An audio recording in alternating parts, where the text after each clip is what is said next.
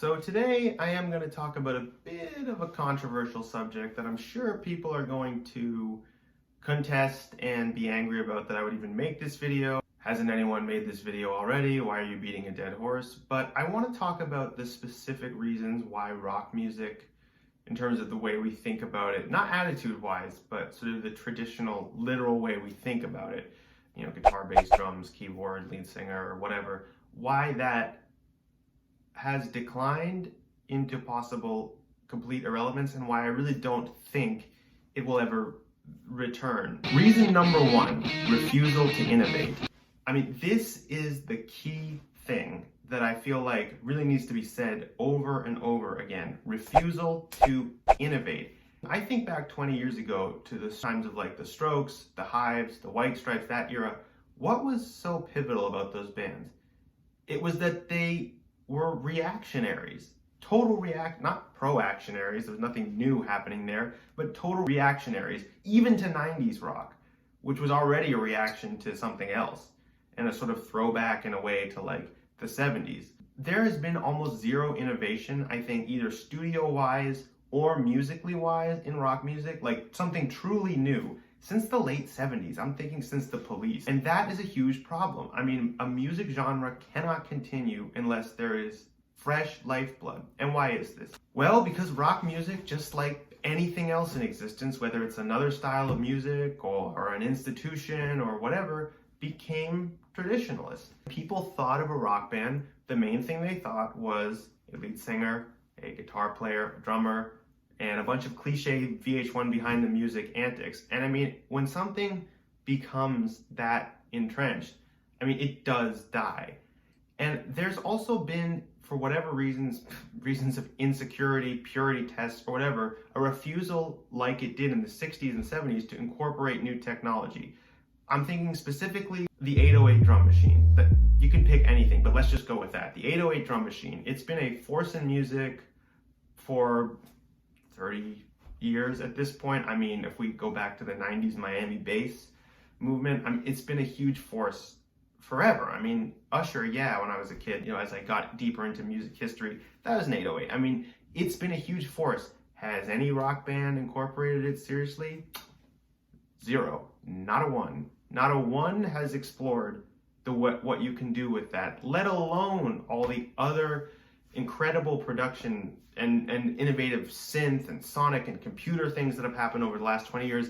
Has one rock band tried to incorporate that or make a modern day Sgt. Pepper's with that stuff? Again, zero, not a one. I mean, again, the Beatles are a rock band. Yes, but they're not great just because they're a rock band. There were rock bands in the 60s. I mean, they were not the only rock band, but they were great because they were innovators. They were trailblazers. And while being trailblazers, they happened to be good songwriters too. I mean, that definitely was a part of it. I mean, that was why the Beatles were the Beatles. They broke new ground pretty consistently from 1965 to 1970. Somebody name one rock band in the last, not even 20, 35 years that has broke like the same kind of new ground. Oasis? Really? I mean, Nirvana, I love, but I mean, again, that's basically a aesthetic throwback to the 70s in a way, the removal of synths and the high gloss production. I mean, it's a reaction. Grunge was a reactionary movement. That's not to say like, you know, fuck those bands and they offered nothing. I'm not saying that at all. I'm just saying, if you look at the history arc of rock music, it stopped looking promising around 1978, I would say. And it really has never recovered. But that's not unique. By 1750, I mean, Baroque was like, you know, what we call Baroque, the heavily polyphonic style of like, you know, Rameau and Bach and Torelli and you know, whatever. That was like, they were like, what the heck, this is over, this is lame, you know? So this is not a new thing for a style of music to go through. I just think that, again, lack of innovation and refusal to innovate and weird hatred towards non-guitar based instruments ensures that the continued slide downward will continue into eternity. Number two, refusal to change according to the landscape. Now this is huge. And what do I mean by this? Let's just lay it on the table about how things are today. social media breaks music acts. Not playing at a club, not putting up posters around town, not, well, I was gonna say not lighting yourself on fire, but if you use social media while doing that, that actually might be a thing. Let's go.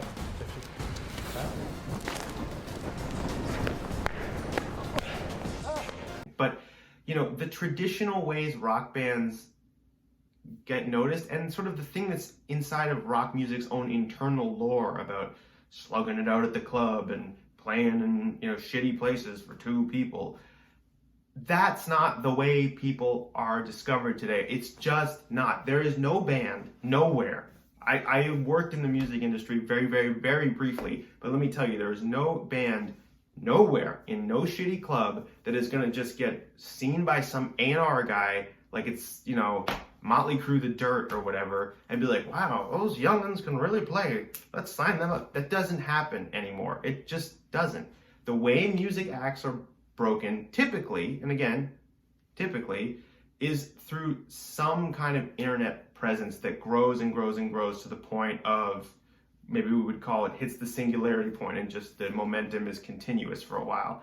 I mean, Billie Eilish, Lil Nas X, Megan Thee Stallion. I mean, I could go on, right? All these people's primary, I mean, I'm not saying live music and playing for people means nothing. I'm not saying that at all. Obviously, that's a huge component to, you know, being an entertainer.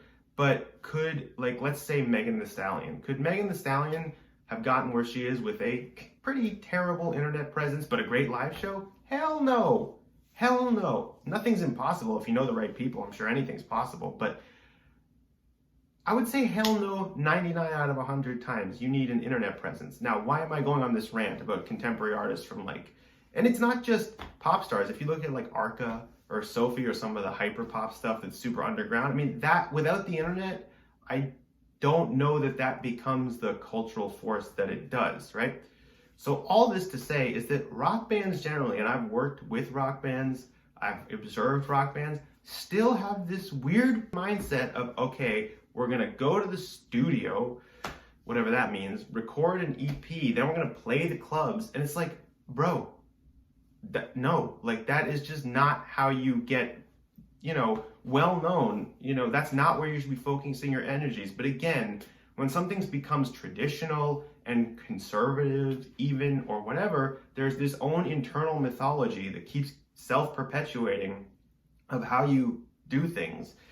And rock music, I would even say more than any other contemporary style, jazz and folk included, continues to go on the self-destructive path of following rules that were established in the mid-60s on how to get your band seen in the year 2021.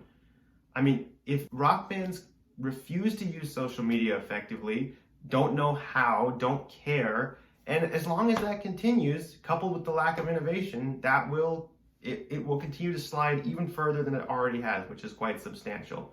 Number 3, internal mythology. This is a big one, and this is kind of meta, so stick with me here because this is going to be kind of weird, but like at this point, any kid starting a rock band today or 10 years ago or whenever has had this weird experience of seeing a bunch of VH1 behind the musics and documentaries like that. Like there's been so many rock docs at this point that if you start a band, you have this weird double consciousness about this internal mythology, which I've mentioned earlier in the last 2 sections of the video, but it's so pervasive that it's almost hard or not impossible in some ways to get out of that. Like when you've seen a band mythologized about how they did it so hardcore and it becomes religious or pseudo-religious, you can't see, you have blinders on. That the key thing is when those people were doing their shit, they didn't know what the fuck they were doing most of the time. And most of those people just did what they had to do to make it work. Then later it was mythologized. I mean, the Beatles went to Hamburg, right? You think they were like, we're on some hero's journey? We're following some playbook of like how to quote unquote be a rock band, which at that point was barely a thing. It was like a 5-year-old thing to be in a group. No, they just went and did what they thought would work in the context of early 60s England. But the problem is, it's been so over mythologized, and it's not just the Beatles, Led Zeppelin, Van Halen, Elvis Costello, whoever, whatever genre of rock, it's been so over mythologized and recontextualized and represented to people over and over again that if you're a young kid that, like, for some reason digs that music, you're going to be completely kneecapped about what you think you should do. You're going to like, oh, this is the way these other guys did it, and it's been sort of venerated in this holy way, so I'll just do that because those guys did that and they're great. The inability to get out of the mythology and be like, okay, it's 2021, I am in a band, how the hell does a rock band function in 2021? Okay, fuck the mythology, fuck what the Beatles did, fuck all this shit. How do I get my band, I don't know why I'm putting quotes around that, but how do I get my band to work in 2021? Forget all the other shit.